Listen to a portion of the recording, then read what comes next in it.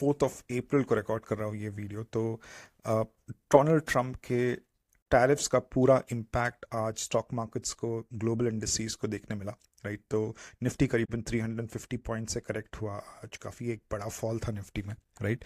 अगर आप global indices देखें या फिर यूएस इंडिसेस देखें, डाउ जोन्स करीबन 4% से करेक्ट हुआ, करीबन नहीं 4% से एक्चुअली करेक्ट हुआ, राइट। S&P 500 5.5% से करेक्ट हुआ, रसल 2000 5.5% से करेक्ट हुआ। तो Russell 2000 is actually the small cap mid cap index of the United States. तो जो लार्जर इकोनॉमी का पिक्चर जो है वो रसल 2000 में दिखता है। S&P 500 जो पिछले 2 या 3 साल से ऊपर गया, उसकी रैली जो थी काफ़ी नैरो रैली थी। It was basically the top 7 stocks, the magnificent 7 that went up, due to which the S&P 500 actually went up, right? तो Nvidia, Amazon, Google, Tesla की बात कर रहा हूँ, magnificent 7 की बात कर रहा हूँ मैं, which gets captured in the S&P 500. But Russell 2000 actually the barometer of the US economy. तो रसल 2000 काफ़ी 5.5% से क्रैश हुआ है आज, राइट। कॉपर प्राइसेस 8% से क्रैश हुए, ऑयल करीबन 8% से क्रैश होकर $61 पर बैरल दिख रहा है, राइट।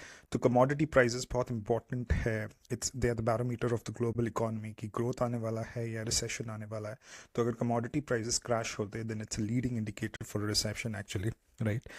यूएस का 10 ईयर यील्ड जो है, वहाँ पे जो कॉस्ट ऑफ कैपिटल है वो 3.9% पे है, राइट। जो 10 ईयर बॉन्ड यील्ड्स होते हैं यूएस के वो 3.9% पे। Normally they hover between 4.25 to around 4.8%, right. तो 3.9% is a steep correction in 10 year bond yields पे हम थोड़ा बात करेंगे, but we'll talk about bond yields later, उसका सिग्निफिकेंस कुछ और होता है। बट मोटा मोटी बात ये थी कि आज काफ़ी ख़राब दिन था स्टॉक मार्केट के लिए। And everyone is asking one question, which is, has Trump pushed the US economy into recession, right?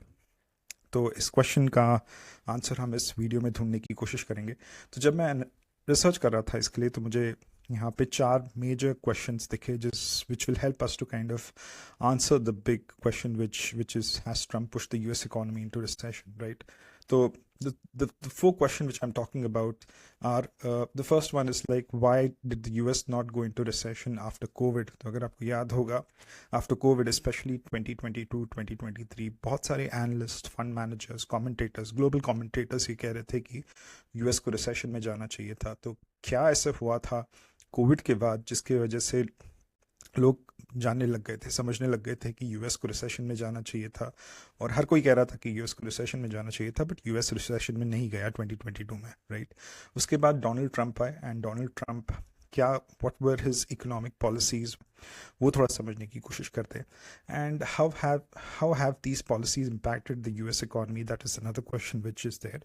And eventually ये इम्पैक्ट इंडियन स्टॉक मार्केट्स में किस तरह दिखेगा वो समझने की कोशिश करेंगे, राइट। तो when you look at the Covid era, right, 2020 में जब कोविड आया था, तो जब कोविड आया था तो जो भी इकोनॉमिक एक्टिविटी थी वो स्टैंड स्टिल पे आ गई थी, राइट। जब इकोनॉमिक एक्टिविटी स्टैंड स्टिल पे आ जाती है, इसका मतलब लोगों के हाथों में पैसा नहीं होता है, राइट, क्योंकि आप काम को जा ही नहीं रहे तो आप कमाई कैसे करोगे। तो everything, the economic activity was in stand still during Covid. तो जब ये होता है, जब लोगों की हालत ख़राब होती है, तब गवर्नमेंट्स आगे आते हैं, चाहे फिर वो यूएस गवर्नमेंट था, इंडियन गवर्नमेंट था, जो भी गवर्नमेंट्स है रिस्पेक्टिव कंट्रीज़ के, वो लोग आके खर्च करते हैं, राइट। तो गवर्नमेंट्स के हाथ में 2 टूल्स होते हैं इस चीज़ को हैंडल करने के लिए, इस सिचुएशन को हैंडल करने के लिए। पहला टूल होता है वो है फिस्कल टूल या फिर फिस्कल पॉलिसी समझ लीजिए, और दूसरा टूल जो होता है वो मॉनेटरी पॉलिसी समझ लीजिए, राइट। तो fiscal policy is nothing but कि आप लोगों के बैंक अकाउंट्स में सीधा सीधा पैसे ट्रांसफर कर दीजिए, सिंपल इज दैट।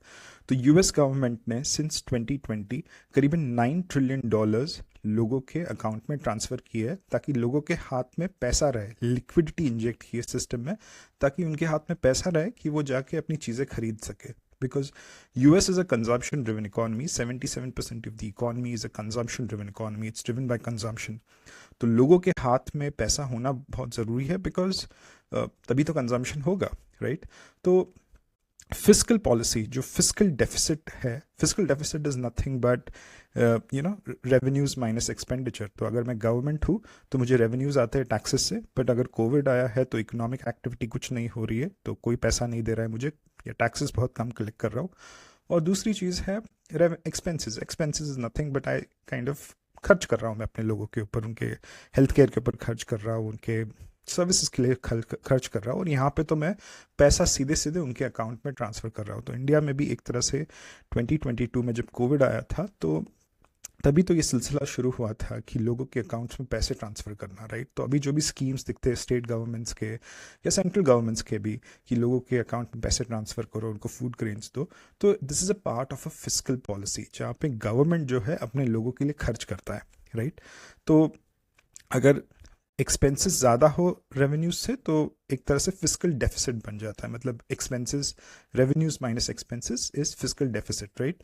तो तभी के वक्त में यूएस का जो फिस्कल डेफिसिट था वो करीबन, अगर आप यहाँ पे चार्ट्स पे देखोगे, करीबन 16%, if you look at this number over here, right, करीबन 15% तक यूएस का फिस्कल डेफिसिट यहाँ पे चला गया। 2020 में हाईलाइट कर रहा हूँ, यूएस का फिस्कल डेफिसिट 2020 में करीबन 15% चला गया। मतलब कम the country was spending far more than it was earning, right?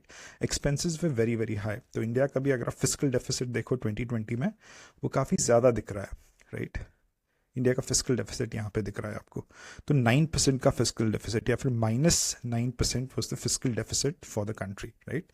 तो अब एक चीज़ यहाँ पे ये हुई कि government started spending a lot and started injecting liquidity in the system. तो liquidity is like blood in the body. अगर आप बहुत ज़्यादा लिक्विडिटी इंजेक्ट करते और if you run higher fiscal deficits, इसका मतलब इकोनॉमी में या मार्केट में बहुत ज़्यादा पैसा है। अब वो पैसा लोग या तो फिर खर्च कर रहे हैं या फिर स्टॉक मार्केट्स में इन्वेस्ट कर रहे हैं, बॉन्ड मार्केट में invest, but you inject a lot of liquidity in the system because, right, it's like blood in the body. तो अगर लिक्विडिटी बहुत ज़्यादा है सिस्टम में तो बहुत ज़्यादा ग्रोथ दिखेगा, बहुत ज़्यादा फ्रॉड दिखेगा, बहुत सारी चीज़ें दिखेगी, राइट। पर जैसे लिक्विडिटी रिसीड करते हो आप, जैसे लिक्विडिटी निकाल देते हो, जैसे आप पैसा निकाल देते हो सिस्टम से, तो एक तरह से रिसेशन आ जाता है या फिर ग्रोथ पूरा स्टैंड स्टिल हो जाता है या फिर स्टैग्नेंसी आ जाती है, राइट। तो कोविड के वक्त फिस्कल पॉलिसी जो थी गवर्नमेंट्स की, वो काफ़ी एक एक्सपेंशनरी लूज फिस्कल पॉलिसी थी कि ज़्यादा से ज़्यादा पैसा खर्च करो। इसलिए अगर आप यूएस का फिस्कल डेफिसिट देखोगे विच वॉज अराउंड अगर आप यहाँ पे देखोगे 15%, -15 या 14% का फिस्कल डेफिसिट यूएस में क्लियर कट दिख रहा था, right. So this was the fiscal policy. अब दूसरा जो ट्रिगर होता है, दूसरा जो टूल होता है, वो होता है मॉनेटरी पॉलिसी का। Monetary policy is nothing but जैसे आरबीआई का रेपो रेट्स होते हैं, वैसे यूएस में फेडरल रेट्स होते हैं या फेड फंड्स रेट होते हैं। ये रेट्स जो होते हैं या फिर ये पॉलिसी जो होती है, it is about injecting liquidity through the banks. तो this is the rate at which the RBI और the Federal Reserve lends to the banking system in the United States. तो अगर आप देखोगे 2020 में, राइट, ये रेट्स जो थे, इंटरेस्ट रेट्स जो थे, ये बॉटम पे थे, 0% पे थे। मतलब कैपिटल उतना सस्ता हो गया था कि आप 0% पे लेंड कर रहे हो, मतलब कैपिटल का कोई कॉस्ट ही नहीं था, राइट। तो ये जब हो गया था तो अगर आप देखोगे 2020, 21, 22 तक इंटरेस्ट रेट्स 0 थे। तो एक था फिस्कल पॉलिसी पे गवर्नमेंट इंजेक्ट करी थी लिक्विडिटी, और जो कि एक स्टिमुलस वे ऑफ ग्रोइंग है या stimulus way of managing the economy है। और दूसरा अगर आप देखोगे मॉनेटरी पॉलिसी के थ्रू जो फेडरल रिजर्व्स होते हैं, सेंट्रल बैंक्स होते हैं, वो भी एक तरह से क्रेडिट इंजेक्ट कर रहे थे लिक्विडिटी में। तो ये दो चीज़ें जब हुई, मतलब फुल फोर्स में लिक्विडिटी इंजेक्ट की गई सिस्टम में, तो ये जब हुआ तो इन्फ्लेशन एकदम ऊपर आ गया, राइट। तो if you look eight inflation over year, it was 9% somewhere in 2022। तो इतना ज़्यादा पैसा आ गया सिस्टम के अंदर कि the value of money just went down, और द वैल्यू ऑफ डॉलर और value of the currency of that country, of that economy just went down.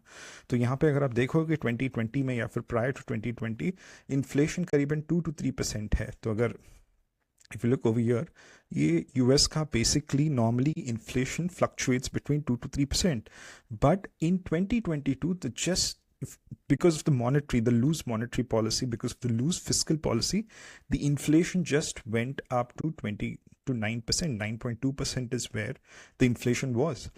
तो जब इन्फ्लेशन इतना ज़्यादा हो जाता है, जब स्टैंडर्ड ऑफ लिविंग कम हो जाता है, राइट, और चीज़ें जब बहुत महंगी हो जाती है तो उसके पॉलिटिकल इम्प्लीकेशंस तो होते हैं। तो ऑब्वियसली जो डेमोक्रेट गवर्नमेंट थी वहाँ पे, जो भी गवर्नमेंट थी, जैसे जो बाइडन की गवर्नमेंट थी, उनको लग रहा था कि if the inflation kind of just goes up, ऐसा हो सकता है कि अगले इलेक्शन में हम हार जाएंगे, right? So that's where the Federal Reserve और RBI in India's case they intervene. उनका एक बहुत इंपॉर्टेंट एजेंडा होता है कि आप ग्रोथ रखिए इकोनॉमी में एट अ डिसेंट इन्फ्लेशन, तो आपको इन्फ्लेशन कम करना होगा, राइट? तो फेडरल रिजर्व ने इंटरेस्ट रेट्स जो है मॉनेटरी पॉलिसी के थ्रू वो इंक्रीज करना शुरू कर दिए। तो if you look at the federal fund rates over year, right, यहाँ पे 2022 से ये इंक्रीज होना शुरू हो गए और ये 0 से 5.25% तक धीरे धीरे फेडरल रिजर्व ने, धीरे धीरे नहीं एक्चुअली एक साल के अंदर 5.25% तक शॉक दे दिया एक तरह से इकोनॉमी को, राइट? क्योंकि इकोनॉमी को शॉक की ज़रूरत थी, क्योंकि इन्फ्लेशन बहुत ज़्यादा था। अगर इन्फ्लेशन अगर कम नहीं करते तो they feared that they would lose out in the 2024 election. The Democrats feared that they would lose out in the 2024 election, क्योंकि चीज़ें बहुत महंगी हो गई थी, right? So one way in which the Fed wanted to tackle inflation was increase the interest rates to 5.25%, which will kind of shock the economy. It will pull out liquidity from the economy and the economy will be kind of pushed into the recession. क्योंकि demand कम हो रहा है तो economy would be pushed into recession. Liquidity कम हो रही है सिस्टम से तो economy will be put into recession. But economy recession में नहीं गई 22 में, राइट? इन्फ्लेशन अगर आप देखो 9% से फिर से करीबन 2.5% तक आ गया, राइट? फेडरल इंटरेस्ट रेट्स जो है या फेडरल रेट्स जो है they kind of went to around 5.33% and after that they started receding from towards 4.64%, नीचे आना शुरू हुए क्योंकि इन्फ्लेशन कंट्रोल हो गया। बट जिस तरह से एक शॉक दिया गया था जिसमें से लिक्विडिटी, बस आप समझ लिए कि बॉडी में से ब्लड निकाला जा रहा है, तो अगर बॉडी में से ब्लड निकाला जाएगा तो बॉडी तो कोलैप्स होगी, राइट? तो इकोनॉमी से जब आप लिक्विडिटी निकालते तो इकोनॉमी को कोलैप्स होना था, तब रिसेशन आना था, वो फटका पड़ना था और वो फटका नहीं पड़ा, राइट? तो बहुत सारे कमेंटेटर्स कह रहे थे कि ये फटका पड़ना चाहिए था। ऊपर से जो इकोनॉमी जो थी वो, उसके भी दो एक तरह से आर्ग्यूमेंट्स थे कि एक की इकोनॉमी बहुत स्ट्रांग है, द अंडरलाइंग इकोनॉमी यूएस की इकोनॉमी जो है बहुत स्ट्रांग है, इसकी वजह से रिसेशन नहीं आया। और बहुत लोग S&P 500 जो है, जो जो टेक काइंड ऑफ स्टॉक्स है, जो मैग्निफिसेंट 7 है, उनका एक तरह से साइड करते थे कि देखिए S&P 500 पिछले 2 सालों में ऊपर जा रहा है, इसका मतलब इकोनॉमी बहुत स्ट्रांग है, राइट? तो कैसे रिसेशन आएगा? भले लिक्विडिटी निकाल रहा है फेड, तो कैसे रिसेशन आएगा? इकोनॉमी तो बहुत स्ट्रांग है, राइट? दूसरा एक आर्ग्यूमेंट दिया जाता था कि रसल तो कमज़ोर है तो इकोनॉमी स्ट्रांग नहीं है, तो रिसेशन आना चाहिए। तो अगर आप यहाँ पे देखें Russell 2000 which is the small cap mid cap index of the United states, ये फ्लैटिश रहा था उस 2 सालों के लिए, राइट? ये ट्रंप आने के बाद एक तरह से यहाँ पे नवंबर 2024 में ये रसल 2000 एक तरह से बढ़ा, क्योंकि ट्रंप ने कहा कि मैं इकोनॉमी के लिए कुछ करना चाहता हूँ, मैन्युफैक्चरिंग जॉब्स लेके आना चाहता हूँ। But from 2022 to 2024 Russell 2000 was in flattish territory. तो बहुत सारे कमेंटेटर्स ये आर्ग्यू कर रहे थे या इकोनॉमिस्ट ये आर्ग्यू कर रहे थे कि the economy, the US economy is a very weak economy and liquidity has been taking out from this economy. तो फिर रिसेशन क्यों नहीं आया, राइट? रिसेशन इसलिए नहीं आया क्योंकि भले गवर्नमेंट का स्टैंड जो था मॉनेटरी साइड पे वो काफ़ी स्ट्रिक्ट था, राइट? काफ़ी स्ट्रिंजेंट था, राइट? बट जो फिस्कल जो डेफिसिट था वो, या फिर फिस्कल स्पेंडिंग थी गवर्नमेंट की, that did not allow the recession to kind of hit. तो भले मॉनेटरी पॉलिसी टाइट की जा रही थी, इंटरेस्ट रेट्स बढ़ाए जा रहे थे, लिक्विडिटी सकआउट की जा रही थी मॉनेटरी पॉइंट ऑफ व्यू से, but fiscal point of view से ऐसा कुछ नहीं किया जा रहा था। इनफैक्ट और पैसा लोगों के अकाउंट में ट्रांसफ़र किया जा रहा था।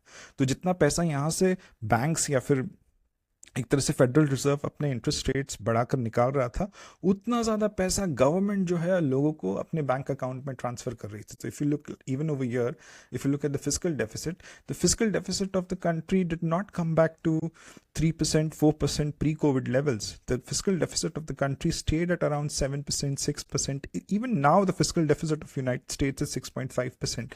Right? यहाँ पे अगर आप इंडिया का सीन देखोगे, right? इंडिया ने कोविड के वक्त फिजिकल डेफिसिट 9% -9% रखा, बट उसके बाद कंसिस्टेंटली कम करते जा रहा है, -7% है। यहाँ पे अगर आप देखो तो 6% है। अभी जो बजट में कहा है they would want to take it to 4.4%, but US government ने फिजिकल डेफिसिट कभी किया ही नहीं, मतलब एक इंजेक्ट करते ही गया, लिक्विडिटी इंजेक्ट करते ही गया। तो अगर लिक्विडिटी इंजेक्ट करते ही रहा है यूनाइटेड स्टेट्स का गवर्नमेंट, तो उसकी वजह से वहाँ पे रिसेशन नहीं आया। तो वो एक फटका जो था वो पेंडिंग था, right? So the monetary policy, so the government had an easy fiscal policy but a tight monetary policy. So they are running a fiscal deficit right now. It's around 6.5%, right? COVID होके करीबन 2-3 साल हो गए, but they did not reduce the fiscal deficit, right? तो इस कारण की वजह से यूनाइटेड स्टेट्स में रिसेशन नहीं आया, राइट? एंड जो डेमोक्रेट्स थे, जैसे जो बाइडेन थे, these are predominantly socialist. I mean Democrats are socialist, Republicans are capitalist, right? तो they wanted to kind of inject liquidity into the system so that people do not suffer, right? उनका ये larger agenda एक तरह से होता है, right? तो ये चलता रहा यूनाइटेड स्टेट्स में, एंड 2024 में डोनाल्ड ट्रंप जब इलेक्शन जीते तो he won with a certain mandate, and you know what, and the mandate with which he won is kind of enlisted over here. तो डोनाल्ड ट्रंप चाहते क्या थे, right? उसके बारे में थोड़ा बात करते, चाहते क्या थे और चाहते क्या है, and what was the mandate, right, on which he ran the election.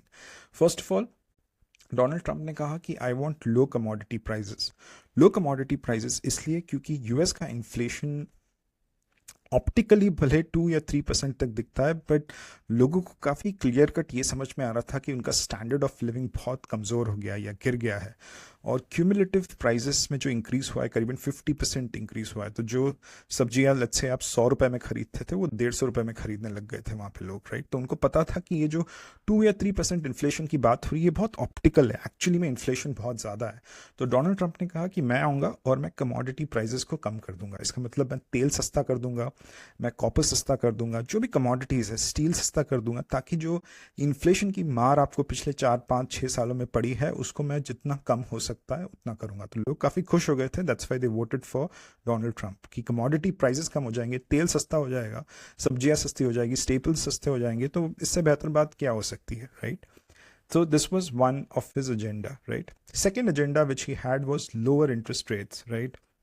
Interest rates lower रखना बहुत इंपॉर्टेंट है, क्योंकि that is what stimulates the economy, that is what keeps the economy running, right? तो मॉनेटरी पॉलिसी की मैं बात कर रहा हूँ यहाँ पे कि interest rates, short term interest rates lower रहेंगे, तो कॉस्ट ऑफ कैपिटल कम रहेगा, तभी जाके आप घर खरीद पाओगे, तभी जाके आप कंज्यूमर डिस्क्रिशनरी, कंज्यूमर ड्यूरेबल्स खरीद पाओगे, so which is good for the economy, right? So whatever policies that Donald Trump came in, they look that they are good for the economy. He is a businessman, he wants to get into policies wherein, you know, growth हो economy में आगे बढ़े एक तरह से US, right? तो lower interest rates is something which he wanted, right? Third thing which he wants but he never says is a weak dollar. बहुत important है US का डॉलर जो है, जो करीबन 110 डॉलर इंडेक्स करीबन 110 तक चला गया था, अभी 101 पे ट्रेड कर रहा है। Donald Trump wants a weaker dollar, but he can't say it openly because dollar is the global reserve currency, right? तो वो openly ये नहीं कह सकते कि हम एक weaker dollar चाहते, but he wants the dollar to be weakened, right? Because he thinks that the dollar is overvalued. Dollar अगर कमज़ोर करना है, dollar, if you weaken the dollar, it means that, you know, एक export driven economy के लिए कमज़ोर currency होना बहुत ज़रूरी है। For example, if you look at China और all the export driven economies, right, उनका जो भी करेंसी होता है, इट्स बीन मैनिपुलेटेड और it's been managed in such a manner that it looks weak, it's a depreciated kind of a currency, क्योंकि सस्ता, because let's say मुझे कोई डॉलर डिनोमिनेटेड चीज़ में चीज़ खरीदनी है, राइट? मुझे यूएस से लेट्स से मोबाइल फ़ोन खरीदना है एंड मुझे वो डॉलर में ही खरीदना पड़ेगा, it's a dollar denominated kind of a thing that I want to buy. अगर उस ऑब्जेक्ट या जो भी चीज़ मैं खरीद रहा हूँ उसका एक कॉस्ट रहेगा, उसका एक प्राइस रहेगा, बट अगर जिस करेंसी में मैं खरीद रहा हूँ वो बहुत अगर महंगी रहेगी या अप्रिशिएटेड रहेगी तो मुझे ज़्यादा पैसा देना पड़ेगा, right? So a weak dollar is good for exports, right? Export आप अच्छे से कर सकते हो, राइट? बट जब एक स्ट्रॉन्ग डॉलर होता है then you have to completely depend on imports, जिसकी वजह से यूएस का ट्रेड डेफिसिट है वो बहुत ज़्यादा है। तो जो ये टैरिफ्स आए हैं, it is actually an attempt to reduce the trade deficits, and trade deficits can only be reduced if you could have a weaker dollar. But obviously Donald Trump cannot say that he wants to have a weaker dollar, because dollar is the global reserve currency. जो भी US treasuries होते हैं वो dollars में एक तरह से दिए जाते हैं, और भर भर के जो गवर्नमेंट्स है across the world, Indian government, Chinese government, Russian government, ये ट्रेजरीज खरीद के बैठे हैं. So he can't say that he wants a weaker dollar, क्योंकि अगर वो कह दे कि ही वांट्स वीकर डॉलर, तो एक तरह से ये ट्रेजरीज का जो रिटर्न्स है वो बहुत कमज़ोर आएंगे. So he has to say that he wants a stronger dollar, but actually he wants a weaker dollar because he wants America to be an export oriented economy, and in order for a country to be an export oriented economy it needs to devalue its currency, right? He wants Americans to get the manufacturing jobs, right? और manufacturing jobs लाने के लिए एक कमज़ोर dollar होना बहुत ज़रूरी है, right? So this is what he has been trying. तो ये trade deficits जो है डोनाल्ड ट्रम्प जो भी टैरिफ्स लेके आए हैं, he wants to reduce the trade deficit for the United States, right? उनके और कुछ इनिशिएटिव्स थे जैसे DOGE, right? Department of governmental efficiency. Now DOGE is deflationary, right? It's not inflationary, क्योंकि डोज की वजह से लोगों के नौकरियां चले जाएगी, अनएम्प्लॉयमेंट बढ़ेगा. अनएम्प्लॉयमेंट बढ़ेगा तो डिमांड कम होगा, राइट? या फिर demand for goods would reduce. तो डोज इज डिफ्लेशनरी. एफिशिएंट भी है, एफिशिएंसी भी लेके आएगा, और it would be deflationary as well. Second thing is immigration, right? Deportation. वो इमिग्रेशन पे अंकुश एक लेके आना चाहते हैं. He wants to deport as many people as possible. Again this is deflationary. इसकी वजह से लोगों की नौकरियां जाएगी, लोग डिपोर्ट होंगे, तो डिमांड कम होगा इकोनॉमी में, राइट? Tax cuts, right? तो if you look at tariffs, right? Tariffs is nothing but a tax which the consumer has to pay for buying something, right? Tax cuts, tax जो लगता है हमको वो earnings पे लगता है. तो अगर समझो मैं 100 रुपये कमाता है, मेरी सैलरी 100 रुपये है, तो उसका 30% मुझे टैक्स देना पड़ता है, राइट? तो डोनाल्ड ट्रंप मानते हैं कि you should not be taxed for earning, you should be taxed for consumption. तो जब आप वो 100 रुपये कमा के मैं जब कुछ खरीदने जाता हूँ, that is where I need to be taxed, right? तो ही वॉन्ट्स टू रिड्यूस और cut down on income tax and corporate tax, because he says that you cannot tax people on what they are earning, right? अगर मैं 100 रुपये कमाता हूँ तो 30 रुपये यहाँ पे मेरे गवर्नमेंट को चले जाते, तो 30 रुपये गवर्नमेंट क्यों ले, मैं तो बस कमा रहा हूँ. तो ही सेज दैट अर्निंग्स पे टैक्स नहीं करके, क्योंकि वो अगर अर्निंग्स पे टैक्स हटा देंगे तो वो मे बी सेविंग्स पे कन्वर्ट हो सकता है, या फिर कंजम्पशन में कन्वर्ट हो सकता है, राइट? सही टैक्स जो है वो कंजम्पशन पे लगना चाहिए, राइट? अगर मैं जाके कुछ खरीद रहा हूँ, राइट, उस पर टैक्स लगना चाहिए, right? So that's why the tariffs are a tax on consumption, right? He wants to cut the income tax or the corporate tax. He wants to cut the corporate tax because वो चाहते हैं कि corporates को अगर वो extra 30% या 25% दिया जाए तो वो फिर से अपनी इकॉनमी में री इन्वेस्ट करेंगे, या फिर इंडिविजुअल्स को वो टैक्स कट दिए जाए तो वो या तो कंज्यूम करेंगे या फिर वो सेव करेंगे, तो इकॉनमी में सेविंग्स जो है वो बढ़ेंगे. So that's why he wants to cut tax rates, and tax cut जब होगा this would be inflationary, right? Tariffs जो है शॉर्ट टर्म में इन्फ्लेशनरी होते हैं, लॉन्ग टर्म में डिफ्लेशनरी होते हैं. लेट्स से टैरिफ्स स्टेपल्स पे लगते हैं, वेजिटेबल्स पे लगते हैं. जो चीज़ मैं 10 रुपये में खरीद रहा था 15 रुपये में खरीद रहा हूँ. बट ये स्टेपल्स या अपैरल्स पे अगर लेट्स से टैक्स होते, तो लेट्स से मैं अगर 10 शर्ट खरीदता हूँ साल में, तो अब मे बी मैं 7 शर्ट खरीदूंगा. तो कहीं ना कहीं ये demand for shirts, demand for discretionary items over a period of time could reduce. तो ये कहीं ना कहीं लॉन्ग टर्म में डिफ्लेशनरी भी हो सकता है. Tariffs are inflationary in the short term and could be deflationary in the long term, depend on what items there are tariffs on. तो अगर consumer staples पे tariffs है तो obviously वो inflationary होगा for the long term as well, but अगर consumer discretionaries पे अगर tariffs लगते हैं तो वो deflationary हो सकता है in the long term, right? तो that is what Donald Trump is trying to do through tariffs, right? तो इन सब चीज़ों के बाद अगर आप देखोगे कि जैसे मैंने बताया कि he wants lower commodity prices, right? तो lower commodity, but whatever policies that he has taken, उनका जो एक तरह से इम्पैक्ट है वो इतना पॉजिटिव दिख नहीं रहा है. तो if you look at the higher inflation expectation, तो कंजम्पशन जो इकॉनमी है यूएस का तो this is this index which normally people look at. It's called as the iShares TIPS Bond ETF Index. तो यहाँ पे आपको दिखाया जाता है कि यूएस के जो कंज्यूमर्स है, तो 77% of the US economy is consumption driven economy. तो what are their expectations about inflation? So if you see over here in the last 4 to 5 months, with all these talks around tariffs, the expectations around inflation has only gone up. तो लोग समझ के चल रहे हैं कि inflation US में वापस आएगा. It will kind of come back. If not 9%, inflation would be easily around 4%, 5%. Currently it's around 2 to 3%. तो अगर इन्फ्लेशन आ गया तो ऑब्वियसली कंजम्पशन एक्टिविटी जो है वो कमज़ोर हो जाएगी. लोग इतना खरीदेंगे नहीं, तो एक इन्फ्लेशनरी एनवायरनमेंट फिर से यूएस में आ सकता है, right, because of tariffs, right? The second thing is business uncertainties, right? तो ये tariffs में जो चल रहा है, this is leading to a lot of uncertainties in the minds of the CEOs or the executives, right? कि economy में reinvest करना चाहिए या नहीं करना चाहिए. तो आज tariffs लगे हैं, कल tariffs नहीं लगेंगे, कम हो जाएंगे, negotiations हो गए. तो there is a lot of uncertainty due to which the corporates are not faring well as well, right? So this is another reason why the kind of US could kind of go into recession, right? Because people are not reinvesting in the economy. Third thing is जो weak dollar will kill the US denominated asset price. तो जो भी US का stock market है या फिर bond market है, it will take a serious hit. तो जैसे स्टॉक्स गिरे हैं, because you are talking about a weak dollar. All these assets which you buy in the United States, whether it's the equities or the bonds which you buy, these are dollar denominated. और अगर dollar कमज़ोर हुआ तो obviously ये assets के prices जो है वो एक तरह से गिर जाएंगे. तो it's not good news for the US stock market, right? धीरे धीरे करके अनएम्प्लॉयमेंट इंच अप कर रहा है. बहुत मार्जिनल है फिलहाल ये कि 4 to 4.1, बट इकोनॉमिस्ट बता रहे हैं कि over a period of time due to the business uncertainties and inflation expectations going up, right? इसके वजह से बहुत सारा अनएम्प्लॉयमेंट बढ़ेगा, जिसकी वजह से एक रिसेशनरी एनवायरनमेंट खड़ा हो सकता है अगले 1 या 2 क्वार्टर्स में, राइट? तो the intention of Donald Trump, जो आपने पॉलिसीज previous slide जो मैंने दिखाई थी, was to kind of stimulate the economy, to take the economy to the next level, right? एक सही मिक्स इन्फ्लेशन और डिफ्लेशनरी मेजर्स का रखा है ताकि बहुत ज़्यादा चीज़ें टूटे नहीं. बट इसका जो इम्पैक्ट दिख रहा है फिलहाल इकोनॉमी के ऊपर या फिर स्टॉक मार्केट्स के ऊपर काफ़ी नेगेटिव दिख रहा है, राइट?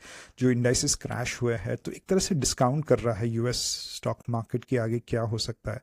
तो the economy is going to suffer a lot in the next couple of quarters, is what the economists saying, because of inflation expectations to be very very high, business uncertainties with regards to tariffs की पैसा लगाना चाहिए नहीं लगाना चाहिए, नहीं लगाएंगे तो फिर लोगों को नौकरियां नहीं मिलती, लगा देंगे और फिर टैरिफ्स रिवर्स हो गए तो फिर क्या होगा. तो वो सारा बहुत कन्फ्यूजन है, राइट?